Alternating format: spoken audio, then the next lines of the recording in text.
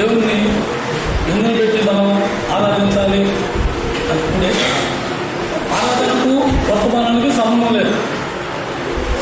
ఆరాధన అనేది మనం వ్యక్తిగతంగా దేవుని కోసం జీవించడం ఆరాధన, కానీ వర్తమానాన్ని మనం లేచి శుద్ధించేది ఆరాధన కాదు. మన జీవితంలో ఇంతవరకు గడిచినవన్నీ కూడా వేరు. ఇక నుంచి గడిచేది ప్రతిదీ కూడా ప్రతిరోజు దేవునిలో ఏదో ఒకటి మనం నేర్చుకుని ఆ ప్రకారంగా జీవించడం దేవునికి ఆరాధన ఉంది. కానీ ఇది కూర్చుని రెండు మాటలు నేర్పోయేది కాదు ఆరాధన. నేను ప్రార్థన చేసుకుంటున్నాను, ప్రతిరోజు మందిరానికి వస్తున్నాను, దేవుని కోసం నేను జీవిస్తున్నాను అనుకునేది కాదు. నిజమైన జీవితం అనేది మన జీవితంలో క్రైమ్ అయి ఉండాలి, క్రైమ్ చెల్లించాలి. సంవత్సరం అంతా కూడా ఆయన అంతగానో కాచి కాపాడి మన ఒడిదుడుకుల్లో, మన లావాదేవీల్లో, మన సమస్యల్లో, మన అనారోగ్యాల్లో, అనేకమైన సందర్భాల్లో మన యావత్తు బాధలోనూ ఆయన బాధ పొందిన వాడై ఉండి మన ప్రతి ఒక్కరిని కూడా సురక్షితంగా రక్షించి కాచి కాపాడి ఇంకా మన సజీవుడిగా ఉంచి మరొక సంవత్సరం మనకు దయాకిరణం ఇచ్చి ఆయన దయ సంకల్పం చొప్పున ఇంకా మనం ఈ మందిరంలో సంఘముగా కూడుకుని ఆయన స్తుతించే భాగ్యాన్ని మనకు ఇచ్చినందుకు ఆయన స్తుతించాలి. దేవుణ్ణి ఆరాధించడం అనేది వ్యక్తిగత జీవితం అయి ఉండాలి. అయితే ఈరోజు వర్తమానం మనం నేర్చుకున్నవి ఎక్కడెక్కడ మనం తక్కుపోయి ఉన్న దాని గురించి మనం తెలుసుకొని తెలుసుకుని కూడా మనం మర్చిపోయినట్టు గురించి కొన్ని మాటలు మనం జ్ఞానించుకుంటామే, కానీ అది వర్తమానం అని ఆరాధన అనేది కాదు. మన జీవితంలో మనం మర్చిపోయి విడిచిపెట్టుకున్నాయి. మళ్ళీ ప్రతి నూతన సంవత్సరం నూతనంగా మనం అడుగు పెట్టాం కాబట్టి మళ్ళీ ఒకసారి అంటే మనం ఇవన్నీ మనం నేర్చుకున్నాయి ఎన్నవే, కానీ మరొకసారి మనం జ్ఞాపకం చేసుకుని నూతన సంవత్సరంలో నూతనంగా మన జీవితాలు మొదలు పెడదాం. కీర్తన గ్రంథం 73వ అధ్యాయం పేజీ నెంబర్ 490.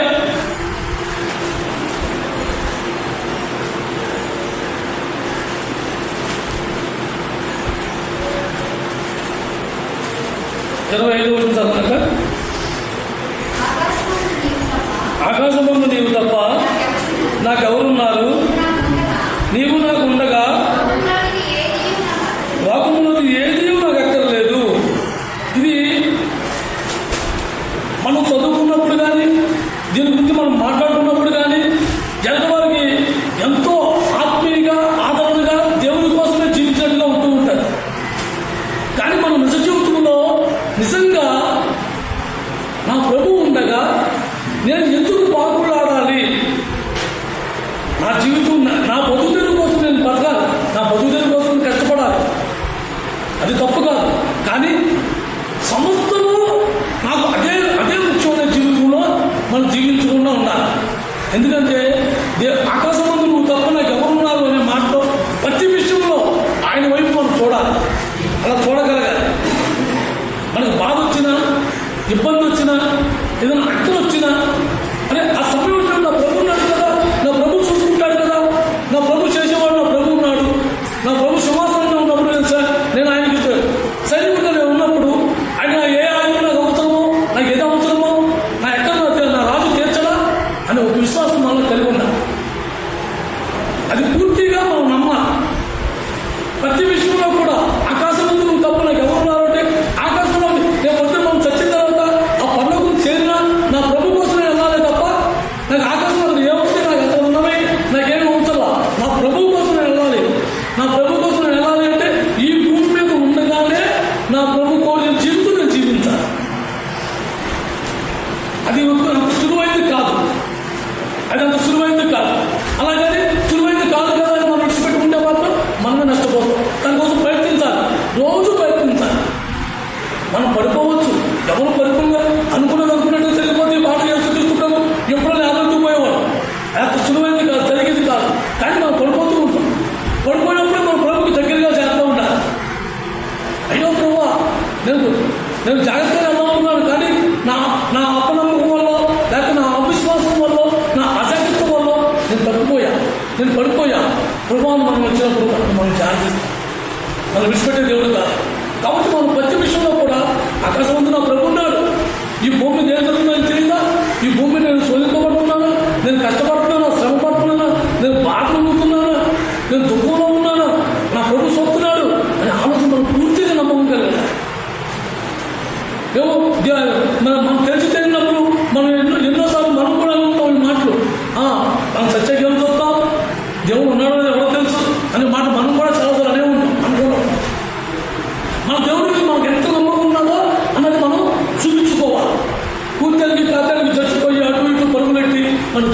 పాడు చేసుకోవద్దు. నూతన సంవత్సరం నూతనంగా కట్టబడాలి. ప్రతి సంవత్సరం నేను రాకనగా చెప్పినట్టుగా నువ్వు గడిచిన సంవత్సరం మొత్తం విడిచిపెట్టే, దానికి ఇంకా మన సమయం లేదు.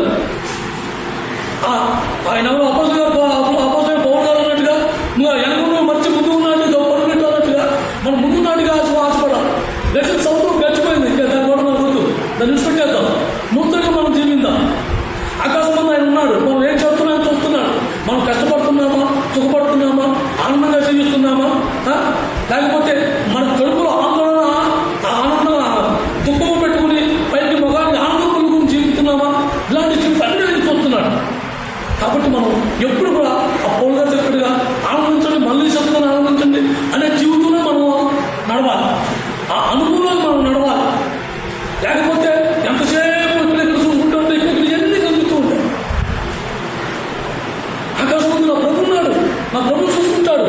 నన్ను నేను చేసే ప్రతి అడుగు అని తెలుసు, నేను చేసే ప్రతి క్రియాన్ని చూస్తున్నాడు అనే ఒక ఆలోచన మనకు కలిగి ఉన్నాడు. ఈ భూమి మీద ఆయన ఉండగా మనకి ఏమీ ఎక్కడ అనుకుంటున్నాం. అదంతా ఆ మాట ఎంత వినడానికి, చూసేవారికి, వినేవారికి ఎంత చక్కగా ఉంటుందంటే ఈ బాబు అంత ఆత్మీయులు ఈ భూమి మీద ఆయన ఉండగా ఏమి ఎక్కడ ఉన్నాను. నిజంగా మనం అలాంటి జీవితం జీవిస్తే అదే ఒక పర్లోకం. మనందరం కూడా అలాంటి జీవితం జీవిస్తే అది ఒక పర్లోకం, దాంట్లో పొందే ఆనందం. అలాంటి జీవితం జీవించాలంటే మనం ఏం చేయాలి? ఉన్న దాంట్లో తృప్తిపరచడం నేర్చుకోవాలి. కొన్ని సందర్భాల్లో మనం వండుకునేది మన నోటికి వెళ్దాం, దాన్ని అది ఎందుకు వెళ్ళలేదు, మనం ఎందుకు తినలేకపోయాము అని చింతించాలంటే, ప్రభా నాకు నేను ఉపవాసం ఉండలేకపోతున్నాను, ఆయన నీకు కృపను పెట్టి నన్ను ఉపవాసం చేశాను, నీకు నిన్న వందనాలు అయినా అని మనం అడిగే స్థితిలో ఈ భూమి మీద ఎక్కలేదు అనుకున్నప్పుడు మనం అటు పనులకి ఇటు పనులకి నలుగు అంటున్నా ఉన్న పనే చేసుకుంటే చాలు. మనైతే పొత్తులు ఎక్కడ మన దేవుడు, మనకైతే ఒంటి మీద పొట్టులు లేకుండా మన దేవుడు మనం చేయడు, లేకపోతే గుడి లేకుండా మనం చేయడు. మన ఉరుకులాట వల్ల, మన పాపులాట వల్ల, మన పరుగుల వల్ల మనం ఆత్మీయ జీవితాన్ని కోల్పోతున్నాము. అలాగే మనం కష్టపడ్డ కష్టాజీవితాన్ని కూడా మనస్ఫూర్తిగా నెమ్మదిగా దాన్ని అనుభవించలేదు. రోజంతా మనం కష్టపడుతున్నాం, కష్టపడిన కష్టాజీవితంలో మనం నచ్చింది వండుకుంటున్నాం. వండుకున్నది మనస్ఫూర్తిగా తినగలుగుతున్నామా?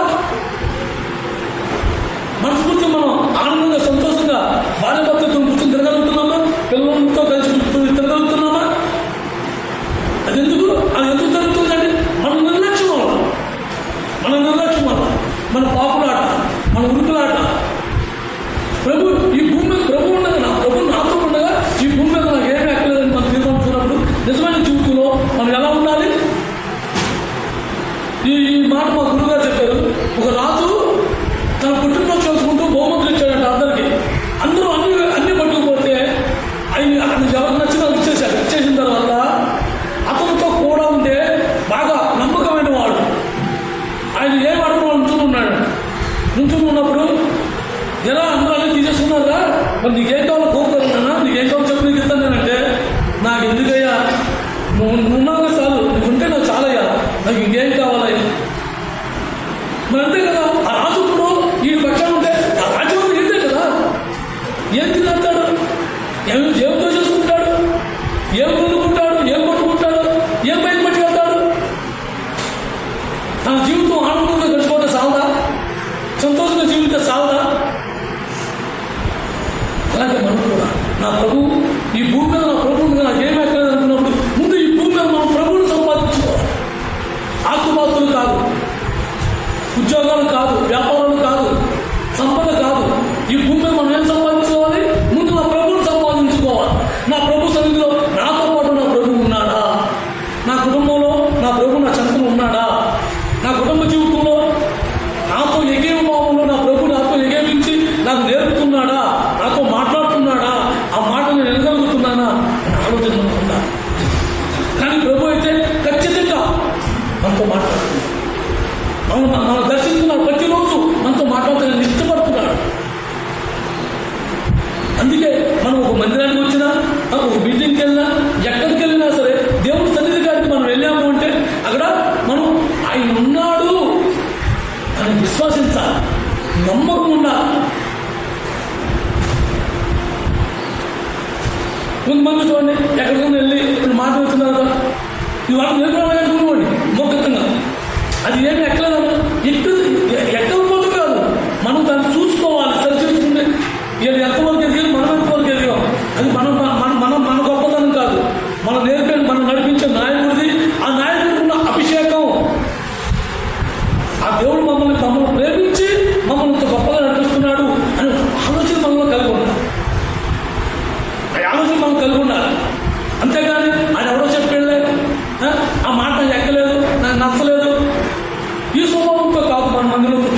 మనం విశ్వసించాలి, విశ్వాసంతో ఉండాలి. ఆ విశ్వాసం లేకపోతే మనం దేవుడికి ఇష్టలుగా ఉండలేము. ఏప్రిల్ రాసిన పత్రిక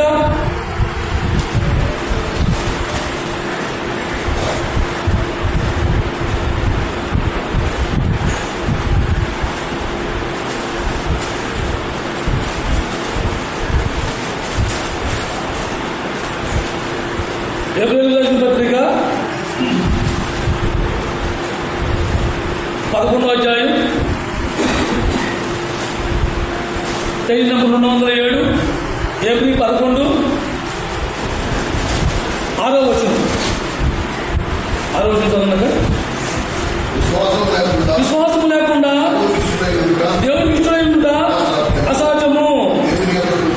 దేవుని వద్ద వచ్చువారు ఆయన ఉన్నాడనియు తన్ను వెతుకు వారికి ఫలము దయచేవాడనియు నమ్మవలెను కదా. మనం వచ్చేటప్పుడు ముందుగానే నా ప్రభు నా కోసం వేచి ఉన్నాడు, నా ప్రభు నా కోసం వేచి ఉన్నాడు, నా ప్రియుడు నా కోసం వేచి ఉన్నాడు అని ఆలోచనతో రావాలి, ఉద్దేశంతో రావాలి. ఇతర గ్యాప్ పెట్టడం వచ్చాను, టైం చూసుకున్నాను, సరిపోయింది, మళ్ళీ వెళ్ళిపోతాను, ఇలా కాదు దేవుని కోసం వచ్చేది. ఇష్టం నా ప్రియుడు నాతో మాట్లాడుతున్నాడు, నా దేవుడు నా కోసం వేచి ఉన్నాడు. నా దేవుడు మాట్లాడే ప్రతి ఒక్క మాట నా అక్కడ కొద్ది ఉంటుంది. నా దాంట్లో నేను నెత్తుకుంటే నాకు కావాల్సింది దొరుకుతుంది. అది ఆ అన్నయ్య చెప్పినట్టుగా వచ్చడానికి ఎన్ని కొను ఉంటాయో తెలియదు. అలాగే ఆయన మాటలో ఎవరికి ఎక్కడ కొద్ది నెత్తుకుంటే అక్కడ కొద్ది దొరుకుతుంది. ముందు మనం విశ్వసించాలి, నా ప్రభు నాతో మాట్లాడుతున్నాడు అని విశ్వసించాలి. మాట్లాడేది గాడిదైనా సరే మాట్లాడింది దేవుడే. ఆ మాట మనం గ్రహించింది, ఓ ప్రభా నువ్వు నాతో మాట్లాడుతున్నావు ఆయన, నేను సరి చేసుకుంటాను, నాకు ఇది అవసరం అని ఆలోచన కలిగి ఉండాలి. ఫస్ట్ మనం విశ్వాసం ఉండాలి. విశ్వాసం లేకపోతే ఆకాశం నువ్వు తప్ప గౌరవాలంతా ఈజీ కాదు జీవితం జీవించడం. ఆత్మీయ జీవితం, క్రైస్తవ జీవితం జీవించడం అనేది అంత సులువైంది కాదు. మనం ముందు విశ్వసించాలి, నా ప్రభు నాతో ఉన్నాడు. నా ప్రభు దగ్గరికి వెళ్ళి నేను నన్ను మాట్లాడి దాంట్లో నేను నేర్చుకుంటే నాకు తగిన ప్రతిఫలం వస్తున్నాడు, దాంట్లో నాకు ప్రతిఫలం ఉంది, ఆ ఫలం నేను పొందాలి, నాకు ఫలం దొరుకుతుంది అని ఆశతో రావాలి. కానీ ఇంకా పాస్టర్ గారు ఏమనుకుంటారో, ఇప్పుడైనా వెళ్ళకపోతే బాగోదేమో అని నాకు నచ్చిన టైంలో వచ్చి నాకు మాటలు చేసి వెళ్ళిపోయేది కాదు. క్రైస్తవ జీవితం అనేది క్రైమ్తో కూడింది. ఇవాళ అలా చేసేవాళ్ళు బోర్డు మీద ఉన్నారు, లోకమంతా ఉన్నారు. కానీ దేవుడు లోకమంతా కాదు. ఆయన కావాల్సింది ఎవరు? విశ్వసించేవారు, ఆ ఫలం కోసం ఎదురు చూసేవారు కావాలి. ఆయన దేవుడు అనుకునేవాడు కాదు. పూర్తిగా విశ్వాసంలో కలిగి ఉండి ఆ ప్రకారంగానే ఆయన ఇచ్చే ఫలాన్ని పొందేవారి కోసం ఎదురు చూస్తున్నాడు. కాబట్టి మనం ఎప్పటికప్పుడు మనం ఎక్కడ మర్చిపోయామో, ఎక్కడ విడిచిపెట్టుకున్నామో, ఎక్కడ తగ్గిపోయామో వాటి తీర్లు కూడా మనం కొత్తగా సరి చేసుకుని కొత్తగా మనం ముందుకు సాగడానికి మళ్ళీ ఒకసారి దేవుడు మనం గుర్తు చేస్తున్నాడు, హెచ్చరిస్తున్నాడు. ప్రతి విషయంలోనూ మనం నమ్మకం కలిగి ఉండాలి. మనం నమ్మకం లేకపోతే దేవుడికి ఎంతో దూరం అయిపోతాం. విశ్వసించకపోతే దేవుడితో ఇష్టంగా మనం ఉండలేం. సాటి మనిషి మీద ఉన్న నమ్మకం దేవుడి మీద లేదు. వాళ్ళ విశ్వాసాలకి తెలుసా నీకు? ఒక ధనికుడు వచ్చి ఏదైనా బెదిరించినా, ఒక ధనికుడు వచ్చి నేను అన్న టైం ఎదురు రావాలంటే తెలాలి పొద్దున్న ఆ ధనం మనం పరిస్థితి వెళ్తామే, దేవుడి పట్ల మనకు ఆ విశ్వాసం లేదా? వాడు ఒక మనిషే, మన శాసించే మనకి ఎవరు ఇచ్చారు? మనం కష్టపడ్డా డబ్బులు ఇస్తాడు. కానీ దేవుడు అలా కదే, నువ్వు ఏమి చేయకపోయినా నీకు కావాలి ప్రతిపాదిస్తున్నాడు. ఆయన వాటిలో నీకు నేర్పుతున్నాడు, ఆ ఫలాన్ని నీకు పొందడానికి నీకు సిద్ధపడుతున్నాడు. కానీ మనమే ఎక్కడ చూసుకుంటున్నాం? అయిపోయి ఆవిడ రేపొద్దు నన్ను పిలవలేమో, అయిపోయి వాళ్ళ సాహసం లేకపోతే నేను బతకలేమేమో. మనం దేవుడిని నమ్ముకున్న విశ్వాసం అయితే, దేవుడి పట్ల ఉన్న విశ్వాసం మనకు బలమైనది అయితే వాటి కోసం మనం ఆశించు. ఈ భూమి మీద ఉన్న దానికి మనం ఆశించు. దేవుడైతే ఒక మాట చెప్పాడు, నేను ఇచ్చిన ఆయుష్కాలంలో ఒక్క గడియ ముందుగానే ఒక గడియగా ఆయన కానీ నువ్వు వెళ్ళావు. అలాగే నా అనుమతి లేకుండా నీ తలబిడ్డలకు కూడా అలాంటప్పుడు మనం ఎంత విశ్వాసం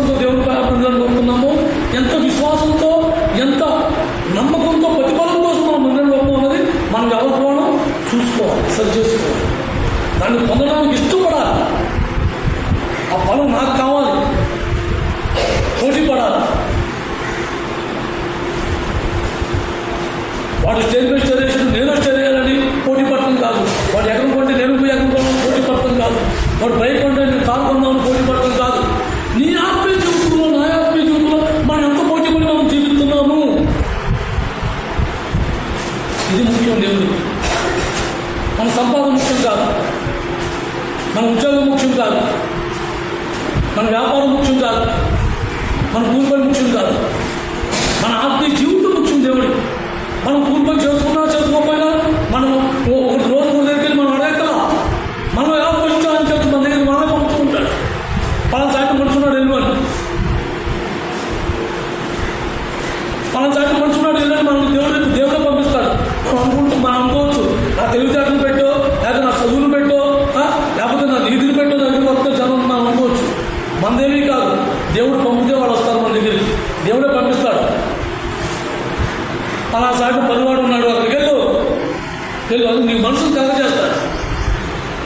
పలానా సాటి నమ్మకంగా ఉంటుంది, అక్కడికి వెళ్ళు. పలానా సాటి యజమానుడికి తాగుచ్చి పనిచేసే వాళ్ళు ఉన్నారు, వాళ్ళు పెట్టుకో జాబ్లో. దేవుడు నిర్ణయిస్తాడు.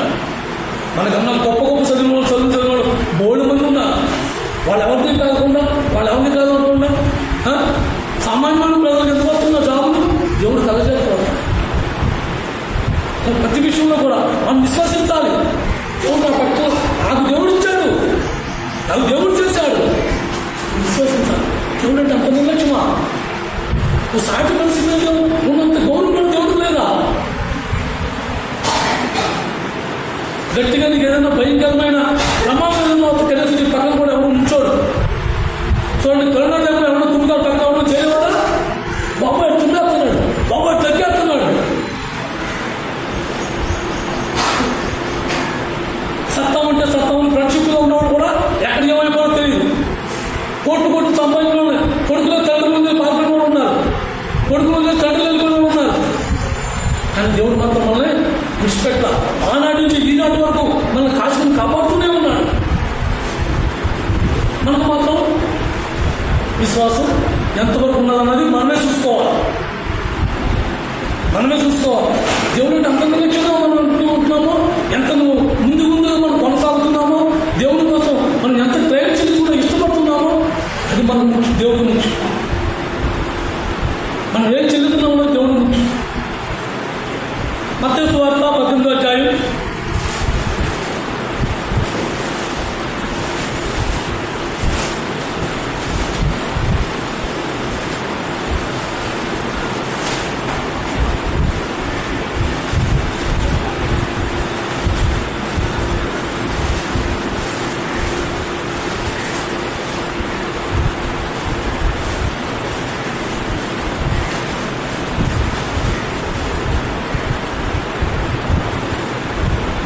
20వ వచనం చదువుతున్నాను. యాలయనగా 2-3 నా నామములో ఎక్కడ ఉందురో అక్కడ నేను వారి మధ్యను ఉన్నానని చెప్పాను. మనం అంతా కూడా 50 మంది లేకపోవచ్చు, 40 మంది లేకపోవచ్చు, 30 మంది లేకపోవచ్చు, 10 మంది లేకపోవచ్చు. కానీ దేవుడు ఏమన్నాడు? 2-3 మీ మధ్యన నా నామంలో ఎగిరితే అక్కడ నీ మధ్యలో ఉన్నానని దేవుడు చెప్తున్నాడు. మన దేవుడు మాట ముఖ్యం కానీ మనుషుల మాట ముఖ్యం కాదు. నువ్వు మనుషులు చూస్తున్నావో దేవుడు చూస్తున్నావు, దేవుడు మాటలు చూస్తున్నావు వింటున్నావో మనమే తోక వేసుకోవాలి, మనమే చూసుకోవాలి. మనం వెతుకు ఉన్నామో, మనం వెతుకొని వెళ్తున్నామో, దేవుడి పట్ల దేవుడు ఇక్కడ ఉన్నాడా లేడా అని మనమే నిర్ణయం చేసుకుంటే నువ్వు దేవుడిని శాసించిన వాడు అవుతున్నావు. మనం దేవుడిని శాసించిన వాడు అవుతున్నాం.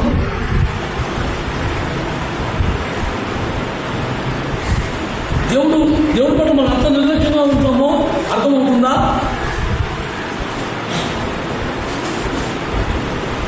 ఆయన ఏమన్నాడు? ఎక్కడ మన అమ్మ దేవుడు కూడుకుంటారో వాళ్ళ దేవుడు ఉన్నానన్నాడు. నువ్వు అలాగా ఎక్కడ దేవుడు కూడుకున్నాడో నీకు నిజంగా అక్కడ నువ్వు నిజంగా దేవుడి మీద విశ్వాసం ఉన్నా సహోదరుడు కానీ అయి ఉంటే ఆ మాట వినపడగానే మనం వెళ్ళి అక్కడ కూర్చుంటాం. ఎందుకు? నా ప్రియుడు ఉన్నాడు, నా ప్రియుడు నాతో మాట్లాడతాడు.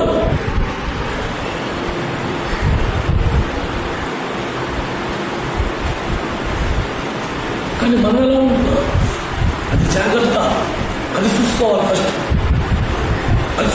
ఫస్ట్. మనుషులు ఉన్నప్పుడు ఒకలాగా, మనుషులు లేనప్పుడు ఒకలాగా, కాక ఆయన చెప్పినట్టుగా అందులో కానీ, ఇంట్లో కానీ, బయట కానీ, ఎక్కడైనా సరే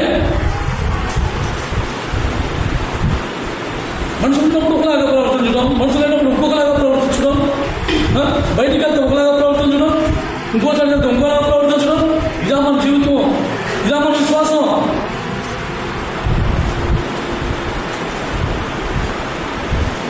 మన ఆత్మీయ జీవితంలో మనం ఎక్కడ ఎదిగామన్నది మనం చూసుకోవాలి. మనం నిర్లక్ష్యం వల్ల మనం నష్టపోతాం, కానీ మనతో పాటు ఉన్నవారు ఎవరు నష్టపోరు. దేవుడు మనకు బయలుపరుస్తున్నాడు. దేవుడు మనకు బయలుపరిచిన మాట ప్రకారం మనం జీవించకపోతే మనమే నష్టపోతాం, కానీ ఎవరు నష్టపోరు. కాబట్టి దేవుడు ఎక్కడ నాలుగు మాటలు మన దేవుడు మాట్లాడుతున్నాడు, అది ఖచ్చితంగా వెళ్ళి దాన్ని పట్టుకోవాలి, బలంగా పట్టుకోవాలి, విడిచిపెట్టుకోకూడదు. మన విశ్వాసం పెరగాలి అంటే ముందు మనం వినాలి కదా. నువ్వు వినుకోవడం, నేను దేవుడు నమ్ముకున్నాను, నేను బాప్టిజం తీసుకున్నాను, నేను ఎప్పుడో బాప్టిజం చేసుకున్నాను, దేవుడు అంటే నా ప్రాణం. ఏది జీవితాల్లో మనం ఉండకుండా దేవుడు మనకే అన్ని ముందుగానే బయటపడుతున్నాడు. మనం ఇంకా ఎవరన్నా అలాంటి జీవితంలో ఉన్నాడు మనం సరి చేసుకుంటాం. నూతన సంవత్సరం నూతనంగా బలపడదాం. కొత్తగా ఏక అభిప్రాయంలో దేవుడు మన మధ్య ఉన్నాడని విశ్వాసించి మనం పాకులాడదాం. ఆ విశ్వాసం కోసం నిలబడదాం.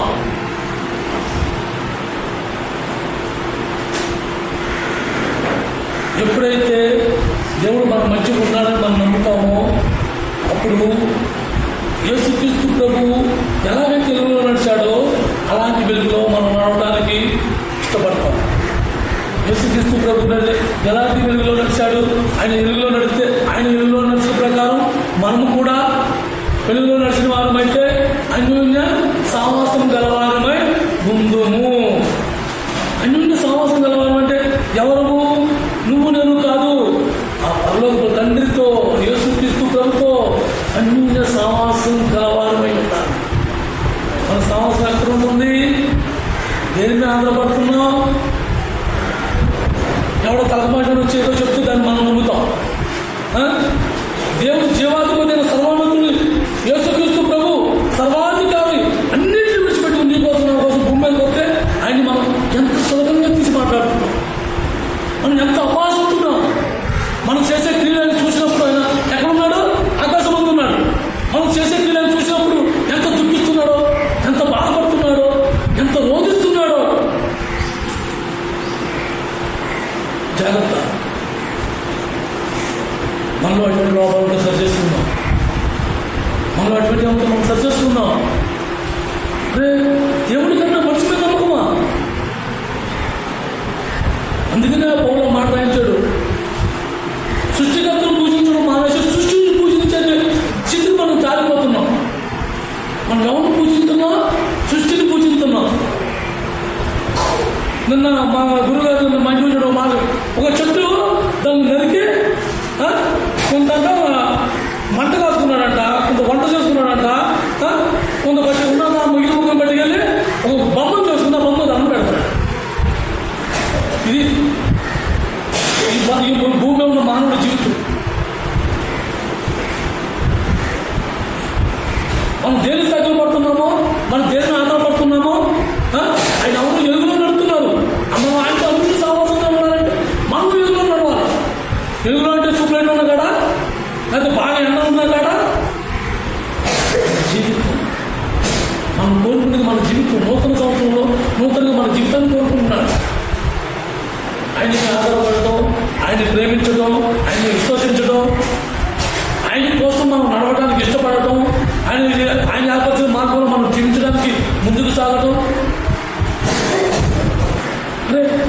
దేవుడు ఎన్నిసార్లు హెచ్చరించాడు?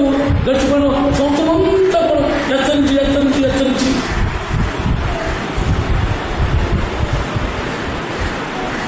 అందుకే మనకు చాలా అవసరం. మనం శిష్యుల సామాస సంఘంలో ఉన్నాం. సాటి వారితో వాళ్ళు చేస్తున్నారు, వాళ్ళు దేవుని అనుకున్నవాళ్ళే కదా. ఏడు చేస్తారు, ఏడు దేవుని అనుకున్నవాళ్ళే. వాళ్ళతో పొత్తు కాదు, వాళ్ళతో పొత్తు కాదు, నీతో నాకు పొత్తు కాదు, నాతో నీకు పొత్తు కాదు. ఎవరి ఆత్మీయ జీవితం వారిదే. ఎవరు ఆత్మీయ జీవితం కోసం వాళ్ళు స్వార్థపరులు ఉంటారని మా గురువు చాలాసార్లు మధ్య హెచ్చరిస్తూ ఉంటున్నారు. ఎవరు రాదే. ఒక ప్రయాణంలో మన మధ్యలో ప్రయాణం చేశాం. వాళ్ళు వెనకాల వెళ్తుంటే నాకు అనిపించింది, మా ఇద్దరికి అనిపించింది అనమాట, మన జీవిత ప్రయాణంలో కూడా వెనకాలే మనం ఫాలో అవ్వాలి. ఇలాంటి జీవితం మనం జీవించాలి. ఒక వ్యక్తిని చూస్తే మనకు అలా అనిపించాలి, ఏం చూసి నేను నేర్చుకోవాలి, ఏం చూసి దేవుడిని విశ్వసించాలి, వేరు చూసి దేవుడి పట్ల నేను ఏం నేర్చుకోవాలి, నేర్చుకోవాలి ఆశ కలిగి ఉండాలి. అది మనలో కనిపించకపోతే మళ్ళీ ఎవరు దేవుడు నమ్ముకున్నా మనం చెప్పుకోవాలి, కానీ మనం వెంటనే వెళ్దామనే ఆశ పుట్టదు. నువ్వు ఎన్నిసార్లు దేవుడు నమ్ము, ఎన్ని సంవత్సరాలు గడిచిపోయినా, ఎన్ని వర్తమానాలు చేసినా, ఎన్ని రోజులు మందిరంలో కూర్చొని ఎన్ని గంటలు ప్రార్థన చేసినా, నిన్ను చూసేవాడు నీ వెనకాల నేను నడవాలని అనిపించదు. ఒక వ్యక్తిని చూస్తే వాడు వెనకాల ప్రయాణం మనం వెళ్ళొచ్చా, ఈ కార్లోనూ బండి మీద ట్రైన్లోనూ అంతే వెళ్ళే ప్రయాణం కాదు. మన జీవిత ప్రయాణం మన వెనకాలే మనం కూడా నడవాలని ఆశపడాలి.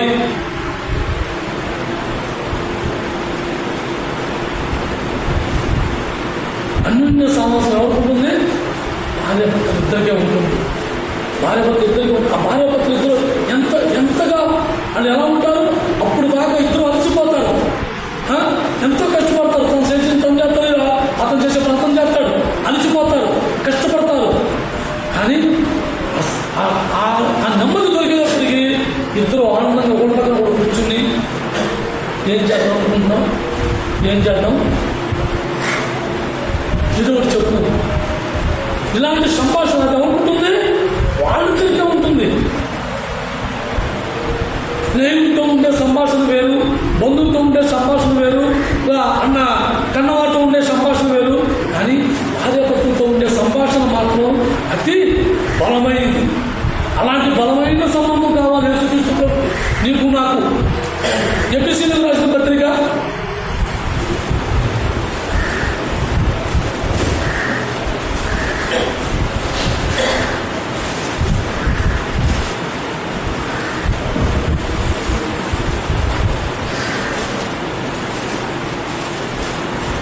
176 ఎఫెసీయులకు రాసిన పత్రిక 5వ అధ్యాయం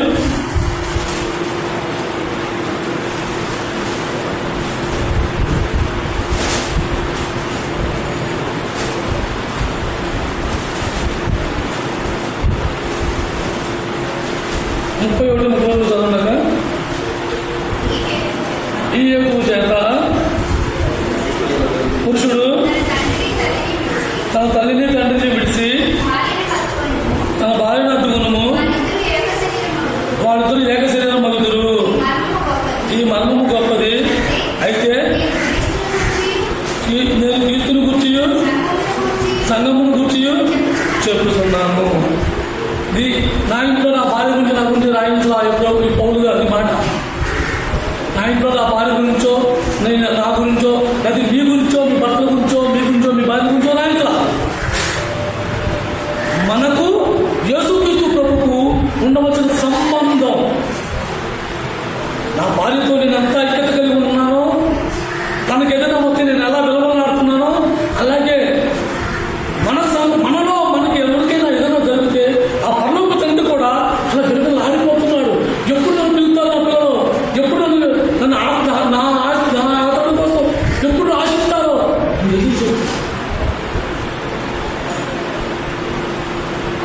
ఎదురు చూస్తున్నాడు. ఆయన మనల్ని అత్తుకోవడానికి ఆయన ఏం చేశాడు? సర్వాధికారాన్ని విడిచిపెట్టుకున్నాడు. ఆ భార్య ఏం చేసింది? తల్లిదండ్రులు విడిచిపెట్టింది, వచ్చింది. భర్త ఏం చేశాడు? తల్లిదండ్రులు మాటంత వరకు ఒకటే, ఇక్కడి నుంచి నా భార్య నేను ఒకటి. ఆ భార్య భర్తలిద్దరూ వాళ్ళిద్దరూ నిజమైన క్రైస్తవ జీవితం జీవించేవారు. వాళ్ళిద్దరూ కూడా దేవుడు కోరుకునే దాంపత్య జీవితం జీవిస్తూ ఉంటారు. దేవుడు ఏ దాంపత్య జీవితం అయితే వాళ్ళిద్దరిని ఏక శరీరంగా చేసి ఏది ఆశించి వాళ్ళిద్దరిని భూమి మీద వదిలాడో, దేవుడు ఎలా అయితే ఆశించాడో వాళ్ళిద్దరూ కూడా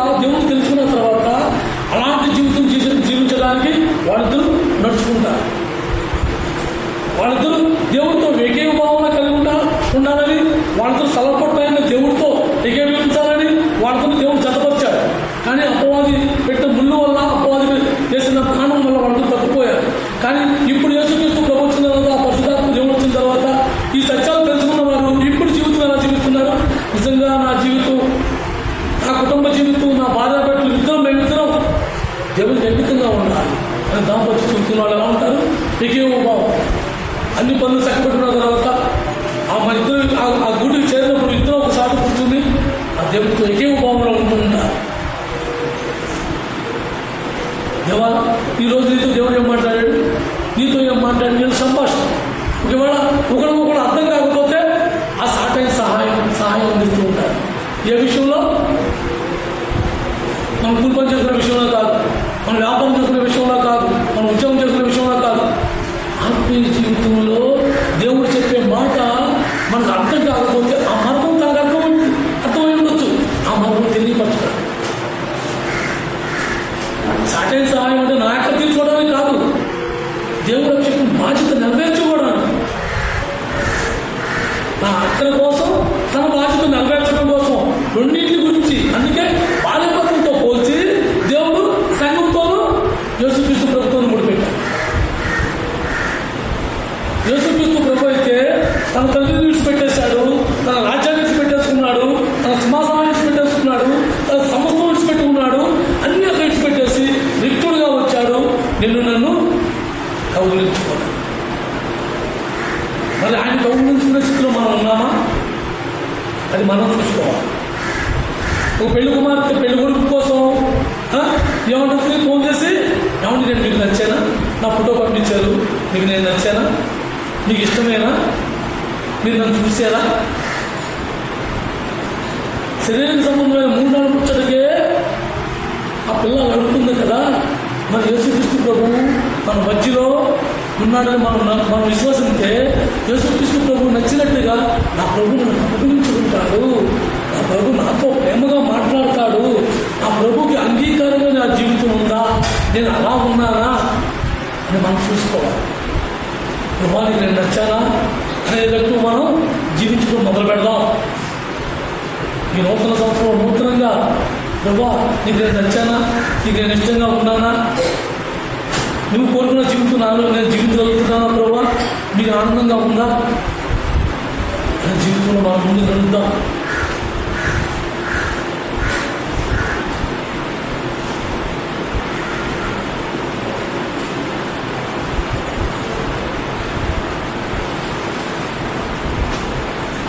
ఎఫెసీయులకు రాసిన పత్రిక 4వ అధ్యాయం చూడండి ఒకసారి. 4వ అధ్యాయం ఒక పేజీ తగ్గి.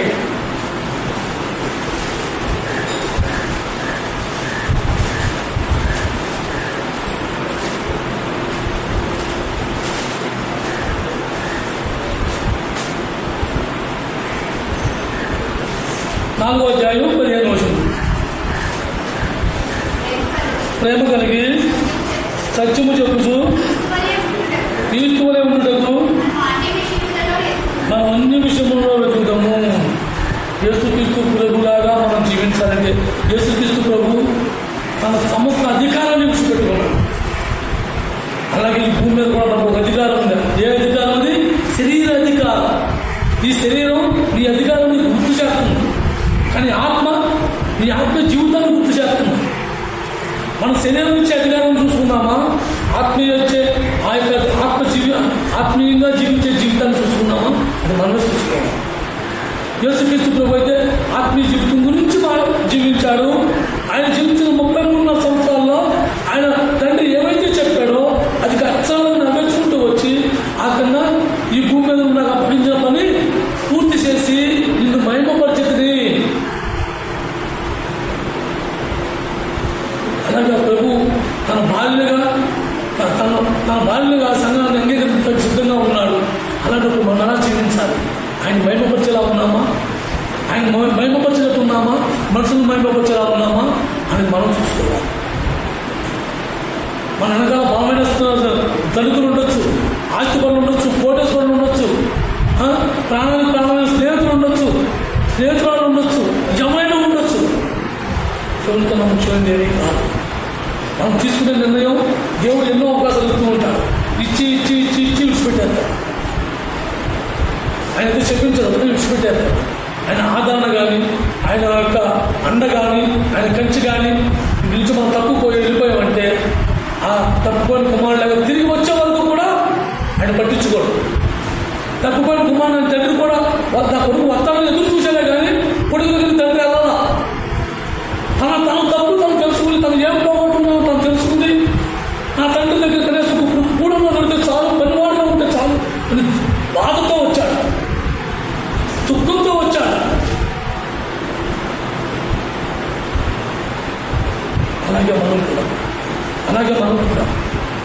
మనలో ఏదైనా తప్పు ఉంటే లోపం ఉంటే దేవుడు మరొక అవకాశం మనకు కలిగించేస్తున్నాడు.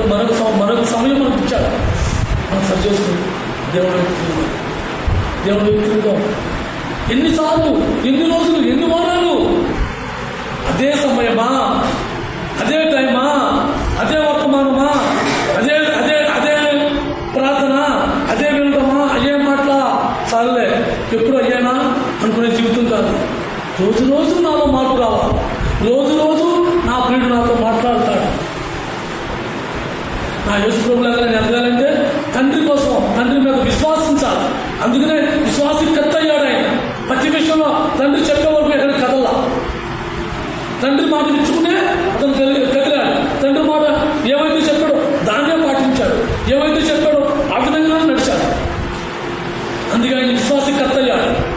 ఇప్పుడు నువ్వు నేను అలాంటి విశ్వాసంలో మనం జీవించాలి. అలాంటి నమ్మకంతో మనం ఉండాలి. యేసుక్రీస్తు ప్రభు విశ్వాసికర్త అయి ఉన్నాడు.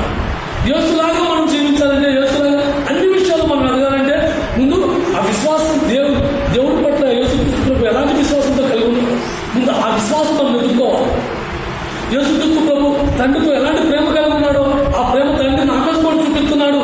నేనే దూరం అయిపోతున్నాను, నేను వెనక అయిపోతున్నాను, ఆయన ప్రేమకు నేను ఎక్కడ దూరం అయిపోతున్నాను అనేది ఆ మాట, ఆ యొక్క పని, ఆ యొక్క క్రియ మనం తెలుసుకుని తండ్రికి దగ్గర విధానం చూసుకోవాలి. కానీ నా ఇష్టం, నాకు నచ్చింది చేస్తా, నా ఇష్టం వచ్చినప్పుడు ఉంటా, నా ఇష్టమైన లేకపోతే వెళ్ళిపోతా, ఇలా కాదు. దేవుడి సన్నిధి, దేవుడి సమాసం అంటే ఇలా కాదు. నా జీవితం దేవునికి ఏదో ఒక సమయంలో నా దేవుడికి అర్పణగా ఉండాలి. ఇదిగో ప్రభావ ఈరోజు ఇదిగో నాయన ఇది నీకు సంతోషంగా ఉందా, ఎక్కడెక్కడ నాయన ఎక్కడ తప్పుకుంటున్నా చెప్పు, నేను నేర్చుకుంటా. నేను నీలాగా వెతకాలి ప్రభా. నువ్వు దైవ శక్తులతోనూ దైవిక రూపంతో ఈ భూమి మీద వచ్చి వెతగల, నాలాగా సామాన్యుడిగా ఈ భూమి మీద వచ్చి వెతికావు. అలాంటి జీవితం నేను ఎదగాలి. నాకు ఆ పట్టుదల ఉండాలి, ఆ యాశ ఉండాలి, ఆ నమ్మకం ఉండాలి. కొలసీలకు రాసిన పత్రిక ఈ ఒక్కటి చదువుకుని దేవుని చూద్దాం. కొలసీలకు రాసిన పత్రిక 3వ అధ్యాయం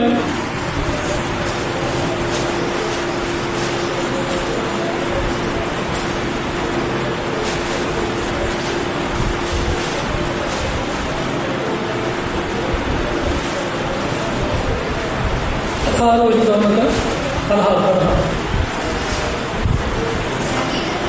సంగీతములతోనూ కీర్తనలతోనూ ఆత్మ సంబంధమైన పద్యములతోనూ ఒకరికొకరు బోధించుచు బుద్ధి చెప్పుచు ఉపాసహితముగా మీ హృదయములలో దేవుని గురించి గానము చేసు సమస్త విధములైన జ్ఞానముతో క్రీస్తు వాక్యము మీలో సమృద్ధిగా నివసింపనీయుడి. ఆ సమయం వచ్చేసరికి ఆ సాయంకాలం 6 అయ్యేటప్పటికి ఆ స్త్రీ ఏం చేస్తూ ఉంటుంది? కోండ్రాగాలు తీస్తూ పనులు చేస్తూ ఉంటుంది. తన పనులు చేస్తూ ఉంటుంది, కోండ్రాగాలు తీస్తూ ఉంటుంది. అది ఆనందం. నా భర్త వచ్చే టైం అయింది, నా భర్తకి దాన్ని ఇష్టం, ఇది నేను చేసి పెట్టాలి, ఇది నేను వండి పెట్టాలి,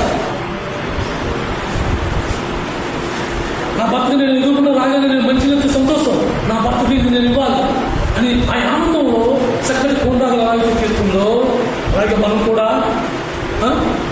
కీర్తనలతోనూ దైవికమైన పద్యాలతోనూ మన ఆత్మ ఎప్పుడు కూడా మనకు వచ్చిన పాటలు పూర్తిగా పాడలేకపోవచ్చు, కానీ నీ మనసులో నీలో నుంచి దేవుని సంబంధించిన పాట ఏదో ఒకటి నేను పాడుకుంటూ ఉండాలి. నాలో స్వామి కనబడుతూ ఉండాలి. నా ప్రియుడు నన్ను ఆలోచిస్తాడు. నేను మెల్లిగా పాడుకున్నా సరే మన ప్రియుడు మనకన్నా ఎక్కువ ఆసక్తితో వెళ్తూ ఉంటాడు.